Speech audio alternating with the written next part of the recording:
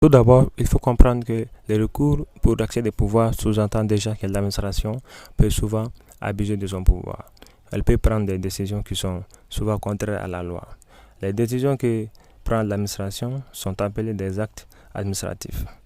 Lorsque l'acte que l'administration a pris a un caractère général et impersonnel, il est appelé acte administratif réglementaire.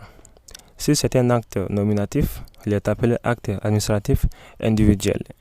Un citoyen qui est mécontent d'une décision administrative qui lui fait grief, il peut la porter devant le juge administratif qui va contrôler la légalité de la dite décision et, le cas échéant, l'annuler.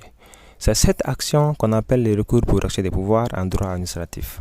Le recours pour accès des pouvoirs est possible contre toute décision administrative. Il existe 4 cas d'ouverture du recours pour accès des pouvoirs. Nous avons d'abord l'incompétence. C'est le cas dans lequel l'acte a été pris par une autorité administrative n'ayant pas les attributions pour le faire. Par exemple, un maire qui dissout un parti politique. Pour le deuxième cas d'ouverture du recours pour accès des pouvoirs, nous avons les vices de forme et de procédure. C'est lorsque l'acte a été pris en violation des règles relatives à son élaboration ou à l'accomplissement irrégulier des formalités prévues. Par exemple, l'autorité administrative prend un arrêté au lieu d'un circulaire.